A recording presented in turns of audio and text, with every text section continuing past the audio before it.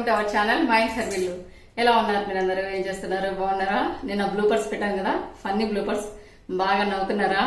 మా ఇంట్లో daily videos అప్పుడు, వీడియో ఎడిటింగ్ అప్పుడు అవి జరిగేటివేనండి, మీతో షేర్ చేశాను. మా పాప నేను ఇద్దరం అలాగే తగులాడతాము. తర్వాత తనే ఎడిటింగ్ చేస్తుంది, లేదా తను నా మీద గొడవ పడుతుంది. అదండి నిన్నటి బ్లూపర్స్ గురించి. ఇంకా ఇవాళ వీడియో వచ్చేసి పన్నీర్ తో ఏదైనా రెసిపీ చేయక అని చాలా మంది అడుగుతున్నారు. పన్నీర్ సూపర్ సాఫ్ట్ గా ఎలా చేసుకోవాలి అనేది కూడా మన ఛానల్లో ఒక వీడియో ఉంది. సింపుల్ గా ఈజీగా ఎవరైనా కానీ మంచి గట్టి పాలు తీసుకుని అలా పన్నీర్ చేసుకున్నాం అనుకోండి, గట్టిగా ఉండదు అనమాట. సాఫ్ట్ గా నోట్లు పెట్టుకుంటే కరిగిపోయేటట్టుగా ఉంటాయి ఏ రెసిపీస్ చేసినా. ఈ రోజు వీడియోలో నేను చూపించబోయే రెసిపీ వచ్చేసి పన్నీర్ కోఫ్తా కర్రీ. చాలా రుచిగా ఉంటుంది. నేను చేసినట్లుగా ట్రై చేయండి. సింపుల్ గా ఈజీగా చాలా టేస్టీగా ఉంటుంది. ఇందులో కాంబినేషన్ గా వెజ్ ఫ్రైడ్ రైస్.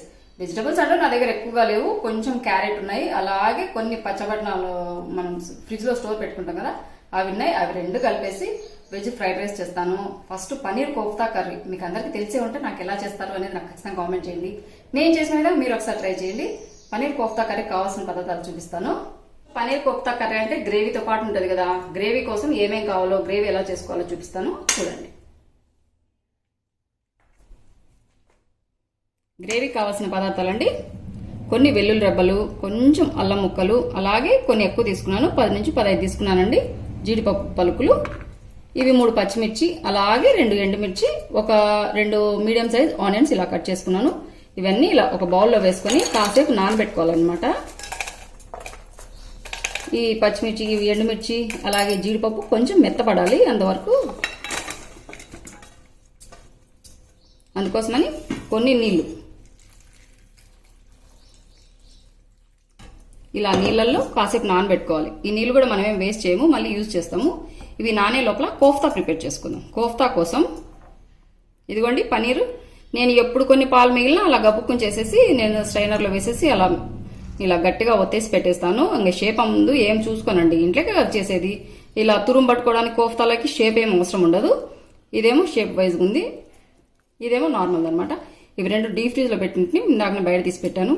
చూడండి ఎంత స్మూత్ గా ఉందో, చూసారా? ఇది ఒక 70 గ్రామ్స్ అలా ఉంటుందండి. ఇవి తురుము పట్టుకోవాలన్నమాట. మనం కోఫ్తా అంటే ఉండలెక్క చేసుకోవాలి కదా, అందుకని తురుము పట్టుకోవాలి. తురుము పట్టుకుంటాను.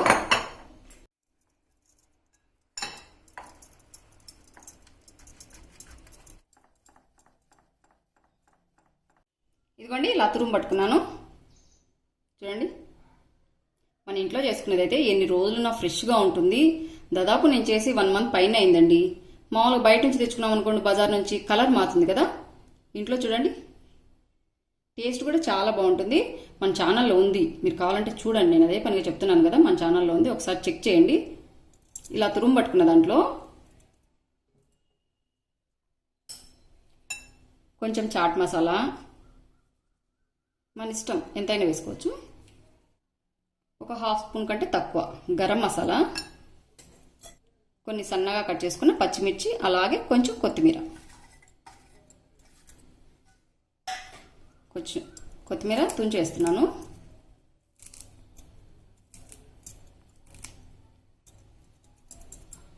అలాగే కొంచెం సాల్ట్, ఎక్కువ వేద్దండి, కొంచెం ఉప్పుగానే ఉంటుంది కదా పన్నీరు, కొంచెం సాల్ట్ యాడ్ చేయాలి. అలాగే తగినంత కారం పొడి. మనం పచ్చిమిర్చి వేస్తున్నాం కదా, అందుకని చూసి వేసుకోవాలి. మళ్ళీ మనం గ్రేవీలో వేసాం కదా, నానబెట్టాం కదా పచ్చిమిర్చి, ఎండుమిర్చి, మళ్ళీ కారం పొడి కూడా యాడ్ చేస్తాం కనుక కొంచెం 1/2 స్పూన్ ఉంటుందండి, ఇది చిన్న స్పూను. ఇందులోకి శనగపిండి అండి ఖచ్చితంగా వేయాలన్నమాట, బైండింగ్ లెక్క. మనం కోఫ్తా అంటే ముద్ద చేస్తాం కదా, ఓన్లీ మనం గనక పన్నీర్ ఒక్కటి వాడామనుకోండి, పన్నీర్ అంతా విరిగిపోతుంది అనమాట, చిట్లుతుంది కదా. దీనికి బైండింగ్ గా కొంచెం తగినంత చూసుకొని కొంచెం కొంచెంగా వేసుకోవాలి శనగపిండి.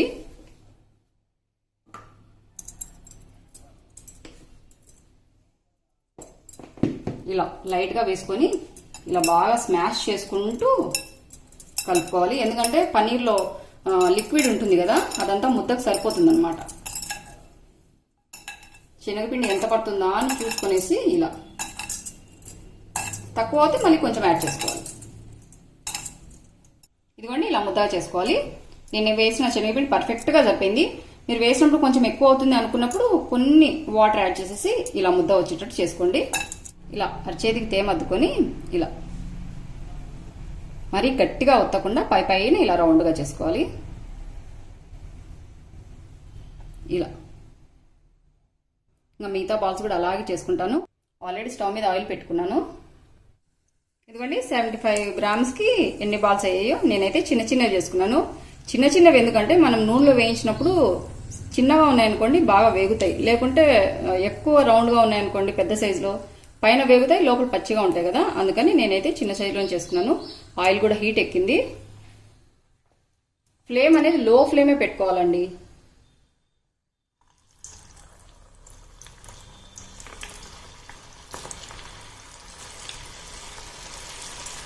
లో ఫ్లేమ్ పెట్టుకునేసి కాసేపు ఇలా తిప్పుకుంటూ ఫ్రై చేసుకోవాలి.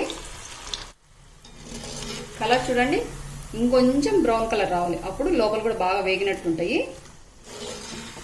ఇదిగోండి ఇలా ఈ కలర్ రావాలి. ఇంకో తీసేసుకుంటాను.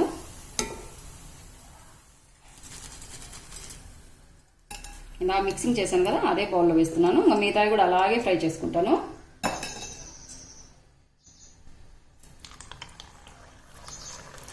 మనము శనగపిండి బైండింగ్ వాడాం కదా, అందుకనేసి అస్సలు చిట్టలేదు చూసారా. రౌండ్గా అలాగే ఉన్నాయి కదా. మనము శనగపిండి అన్ని ఏం వాడకుంటే కదా పన్నీర్తో రౌండ్గా రావాలంటే రావు, అన్నీ విరిగిరిగిపోతాయి కదా. అందుకని బైండింగ్ చూసుకొని వేసుకోండి శనగపిండి, లేదంటే మీరు బియ్యం పిండి కూడా వాడచ్చు. శనగపిండి అయితే కొంచెం టేస్ట్ బాగుంటుంది. ఇదిగోండి అన్నీ ఇలా వేయించుకున్నాను. స్టవ్ ఆఫ్ చేశాను. కలర్ చూడండి ఇలాగే ఉండాలి.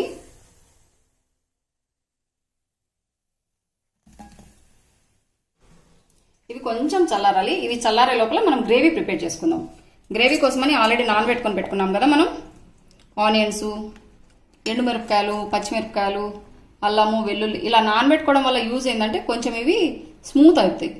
ఎండుమిరపకాయలు కూడా స్మూత్ అవుతాయి కదా. ఇవి కూడా కొంచెం నానతగిన పేస్ట్ బాగా వస్తుంది అనమాట. ఇవన్నీ వేయించుకునే లోపల ఇవి నానిపోతాయి. వాటర్ వేయకుండా ఓన్లీ ఆనియన్స్, జీడిపప్పు అవే మిక్సీకి వేసుకోవాలి. ఈ వాటర్ వచ్చేసి మళ్ళీ మనం యూజ్ చేసుకుందాము.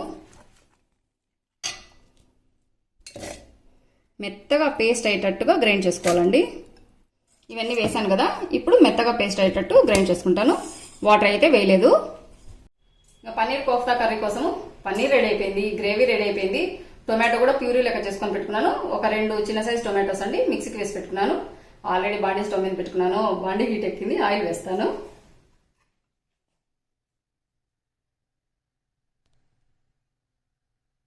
కొంచెం ఎక్కువే వేస్తున్నాను ఆయిల్. మీరు కావాలంటే గీ అయినా వేసుకోవచ్చు. పన్నీర్ ఇలా ఫ్రై చేసాం కదా, ఫ్రై చేశాక కూడా ఆయిల్ పట్టుకోదండి.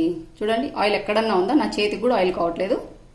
మనం వాటర్ అస్సలు యాడ్ చేయలేదు కనుక కొంచెం యాడ్ చేసింటే కొంచెం యాడ్ చేసింటాం. చూడండి ఎక్కడ ఆయిల్ లేదు.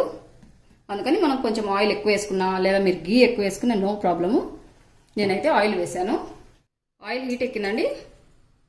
కొంచెం జీలకర్ర వేస్తున్నాను. టేస్ట్ ఫ్లేవర్ చాలా బాగా వస్తుంది. ఇంకా ఆనియన్స్ మనం మిక్సీకి వేసాం కానీ ఆనియన్స్ వేయాల్సిన అవసరం లేదు. కొన్ని లవంగాలు, కొంచెం చెక్క, అలాగే 2 బిర్యానీ ఆకులు వేస్తున్నాను. ఇవి కొంచెం వేగాయి కదా. ఇప్పుడు ఇందులో మనం ముందుగానే మిక్సీకి వేసి పెట్టాం కదా పేస్ట్, చూడండి ఇలా గట్టిగానే ఉండాలి. ఇదంతా వేస్తున్నాను.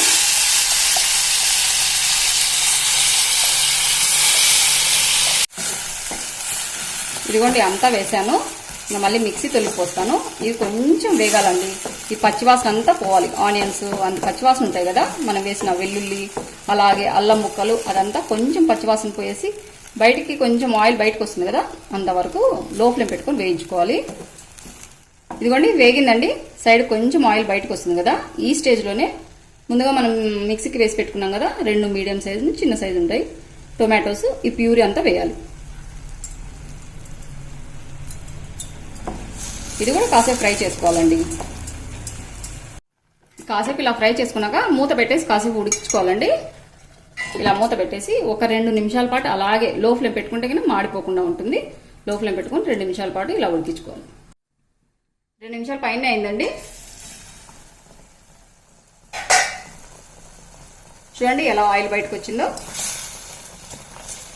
ఇప్పుడు ఇందులో మనం ఉప్పు, కారము, తగినంత గరం మసాలా అన్ని ఇప్పుడే యాడ్ చేసుకోవాలి. తగినంత కారం పొడి చూసి వేసుకోవాలి. 2 సార్లు మనం వాడాం కదా, ఎండుమిరపకాయలలో వాడాము, మళ్ళీ గ్రేవీలో వాడాము కనుక చూసుకొని వేసుకోవాలి. ఇది అంత కారం లేదండి, అందుకని నేను కొంచెం ఎక్కువ వేసాను.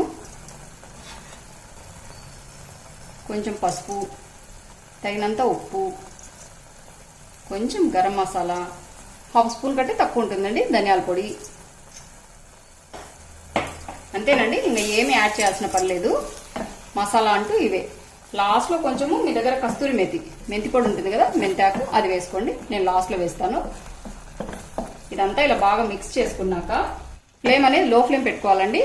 పాలు మీగడ చూసారా, ఇలా మీగడున్న పాలు తీసుకోండి, టేస్ట్ చాలా బాగుంటుంది. ఇది కాచి చల్లార్చిన పాలు, వేడి పాలు అయితే వేయద్దండి, విరిగిపోతాయి అనమాట. కాచి చల్లారబెట్టుకున్న పాలు ఒక 1/2 కప్ కంటే ఎక్కువ ఉంటాయి. మీగడతో పాటు వేస్తున్నాను.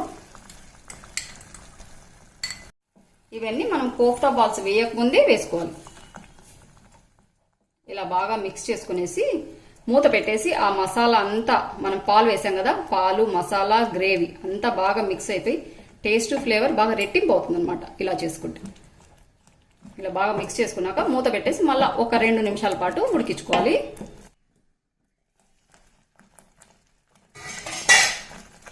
చూడండి, 2 నిమిషాల పైన అయింది. ఎలా ఉడుకుతుందో, కలర్ చూసారా ఎలా మారిందో.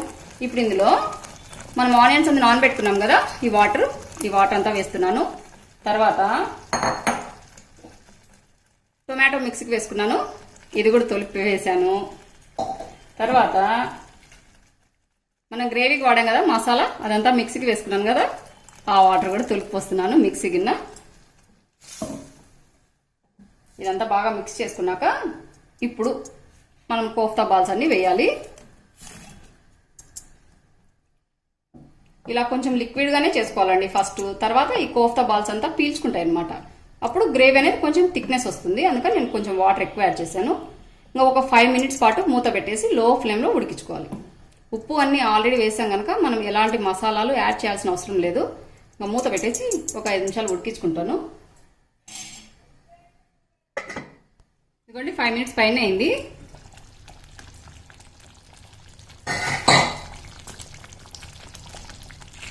చూడండి ఎంత చిక్కగా అయిందో. మా పిల్లలు అయితే ఇంకొంచెం చిక్కగా అయితే ఇంకా తినరు. పైగా ఫ్రైడ్ రైస్ లే కదా, ఇలాగే ఉండాలి. స్టవ్ ఆఫ్ పక్క దించే ముందుగా కొంచెం కస్తూరి మేతి అండి, కస్తూరి మెంతి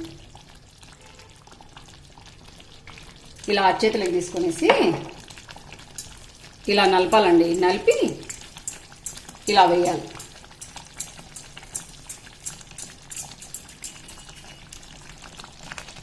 అంతేనండి.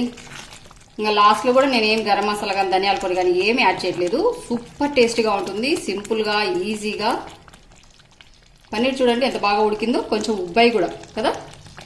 ఫస్ట్లో నేను వేసినప్పుడు ఇంత సైజులో లేవు కదా. గ్రేవీ అంతా పీల్చుకొని ఉంటుంది, టేస్ట్ చాలా బాగుంటుంది. ఇంక ఇది పక్క తీసేసుకొని ఫ్రైడ్ రైస్ ప్రిపేర్ చేసుకుంటాను. టైం 12 వచ్చిందండి. బయట ఎండ అయితే విపరీతంగా ఉంది, ఇంట్లో వేడిగా ఉంది. చెమట చూడండి ఎలా వస్తుందో. ఫ్యాన్ వేసుకుందామా, స్టవ్ పని చేయదు కదా, అందుకని తప్పదు కదా, అట్ని చెమటకే చేయాల్సి వస్తుంది. అందరం అంతే కదా. ఇంకా ఫ్రైడ్ రైస్కి బాండి పెట్టుకున్నాను. బాండీలో నూనె యాడ్ చేయాలి. వెజిటబుల్స్ ఎక్కువగా లేవులేండి, సింపుల్గా ఉన్న వాటితోనే చేస్తున్నాను. రోజు పిల్లలు అన్నం అనేసి బోర్ కొడుతుంది వాళ్ళకి. రోజు అన్నం పప్పు, ఈ రొట్టెనా అని మూతి ఇలా పోతుంది వాళ్ళకి. అందుకని వాళ్ళకి స్పెషల్గా చేస్తున్నాను. సండేకి సూపర్గా ఉంటుందండి వెజిటేరియన్స్ వాళ్ళు. ఆయిల్ యాడ్ చేసుకుంటాను. ఫ్రైడ్ రైస్కి కొంచెం ఎక్కువ ఆయిల్ పడుతుంది కదా, నేనైతే కొంచెం ఎక్కువే వేసానులేండి. ఈరోజు అయితే కొంచెము హెవీ ఫుడ్ అనమాట. పాలు వేసాము, మీగడ వేసాను, అలాగే పనీర్ అనేసరికి కొంచెం ఎక్కువే ఉంటుంది కదా. ఏం కాదు, ఒకసారి తినొచ్చు. ఒక సండే స్పెషల్గా తినొచ్చు. నాన్ వెజ్ అనుకుని ఇది ట్రై చేయండి, నాన్ వెజ్ వాళ్ళు కూడా. ఆయిల్ హీట్ ఎక్కిందండి. కొంచెం జీలకర్ర యాడ్ చేస్తున్నాను. తర్వాత ఇలా నిలువుగా కట్ చేసుకున్న 2 పచ్చిమిర్చి. తర్వాత నా దగ్గర పచ్చిపట్నాలు ఉన్నాయండి, డీప్ ఫ్రిడ్జ్లో పెట్టాను, ఇవి వేస్తున్నాను. కూరగాయలు అన్నీ ఏం లేవన్నమాట. ఇంకా డీప్ ఫ్రిడ్జ్లో కనుక కొంచెం చిట్పట్లు ఆడుతున్నాయి. ఇంకా కూరగాయలు అంతా ఏం లేవండి. మీరు కావాలంటే క్యాప్సికమ్ యాడ్ చేసుకోవచ్చు, లేకుంటే బీన్స్ యాడ్ చేసుకోవచ్చు. నా దగ్గర అయితే ఓన్లీ క్యారెట్ ఉంది కనుక ఒక క్యారెట్ ఇలా సన్నగా కట్ చేసుకొని వేస్తున్నాను. ఇవి కొంచెం మెత్తబడేంత వరకు ఫ్రై చేసుకోవాలి. ఎందుకంటే బాగా వేగిపోయాయి. మీరు కావాలంటే ఇందులో జీడిపప్పు యాడ్ చేసుకోండి. మనం ఆల్రెడీ కోఫ్తాలో వేసాం కదా, అందుకని నేను ఏమీ యాడ్ చేయట్లేదు. ఇంకా అన్నం వేస్తున్నాను. ముందుగానే చల్లారి పెట్టుకున్నానండి రైస్.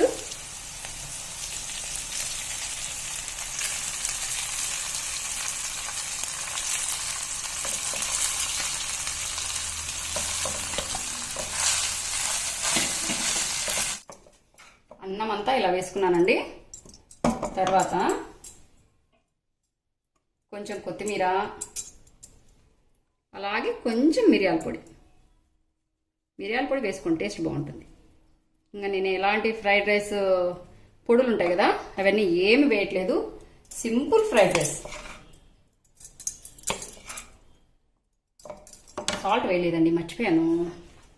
ఇంకా తగినంత ఉప్పు.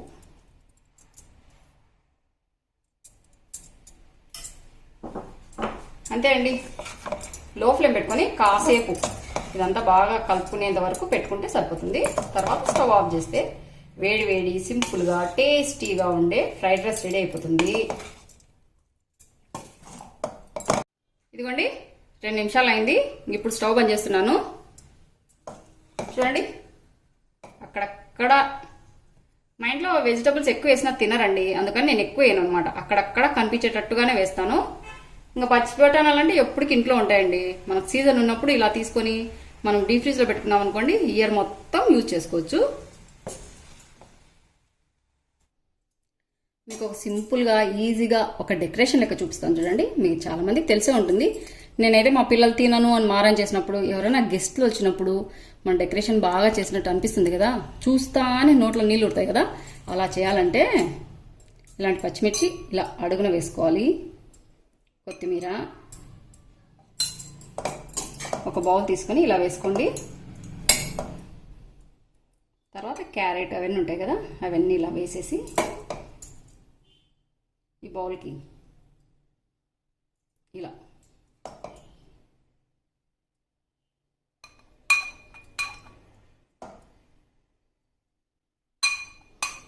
ఇలా ప్రెస్ చేసినట్టుగా ఇలా మీకు చూపించడానికండి, అంతే. మా పిల్లలు ఎప్పుడైనా తిన్నప్పుడు ఇలా డెకరేషన్ చేసి వాళ్ళకి పెడతాను అన్నమాట.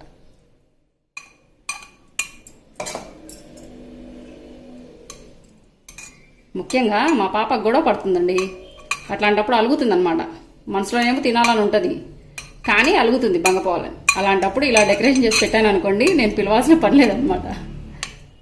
ఇదిగోండి, ఇలా గట్టిగా ప్రెస్ చేశాను కదా, ఇది ప్లేట్లో బోర్లేయడమే.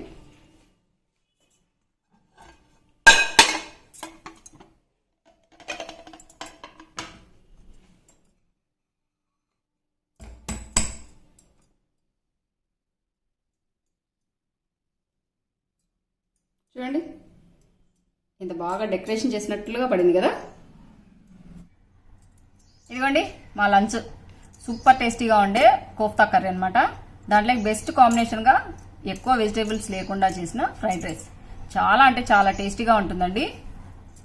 కోఫ్తా కూడా బాగా ఉడికింటుంది. మనము నాన్ వెజ్ తినే వాళ్ళమైతే మటన్ కోఫ్తా ఇలా చేసుకుంటుంటాం కదా, ఇలా ఒక్కసారి పన్నీర్తో చేసుకొని చూడండి. చాలా అంటే చాలా టేస్టీగా ఉంటుంది. ఎంత సాఫ్ట్గా ఉందో చూసారా. మనము ఫ్రై చేసినప్పుడు ఆయిల్లో కొంచెం గట్టిగానే అనిపిస్తాయండి పన్నీర్, కానీ మనం గ్రేవీలో వేస్తాం కదా, అదంతా పీల్చుకొని చాలా అంటే చాలా సాఫ్ట్గా అవుతాయి. లోపల చూడండి ఎంత బాగా ఉడికాయో. అందుకనే మీరు చేసుకునేటప్పుడు మీడియం సైజులో కానీ లేకుంటే చిన్న సైజులో కానీ బాల్స్ చేసుకోండి. నాకైతే చూస్తుంటే నోట్లో నీళ్ళు ఉడుతున్నాయి. మా పాపకి ఇస్తున్నాను. ఎలా ఉందమ్ము? సూపర్ ఉంది. అసలు చెప్పాలంటే ఫ్రైడ్ రైస్ కూడా అవసరం లేదండి, ఉత్తర తినొచ్చు. అలాగే గ్రేవీలు అద్దుకునేసి టీ టైం స్నాక్గా ఎప్పుడన్నా మిగులు తెగినా నేను మా పాప అలాగే చేస్తామన్నమాట. ఈ గ్రేవీలో ఇలా 2-3 మిగిలినా కూడా కోఫ్తాలు ఇలా అద్దుకొని తినేసి టీ తాగుతాం. అలా కూడా మీరు ఒకసారి ట్రై చేయండి. అదండి వాళ్ళ వీడియో. నేనైతే బాస్మతి రైస్తో చేయలేదు, నార్మల్ రైస్తోనే వెజిటబుల్ రైస్ చేశాను. అదండి వాళ్ళ వీడియో. ఈ వీడియో కనుక నచ్చినట్లయితే లైక్ చేయండి, షేర్ చేయండి, సబ్స్క్రైబ్ చేయండి. మన ఛానల్లో బెల్ ఐకాన్ కొట్టడం మాత్రం మర్చిపోదండి. ఇలా మంచి మంచి మీకు యూస్ఫుల్ అయ్యే ఇంకో వీడియోతో మీ ముందుకు వస్తాను. నాకైతే నోట్లో నీళ్ళు ఉడుతున్నాయి ఒకటి తినేసరికి. బాయ్ అండి. Thank you for watching. Bye అండి.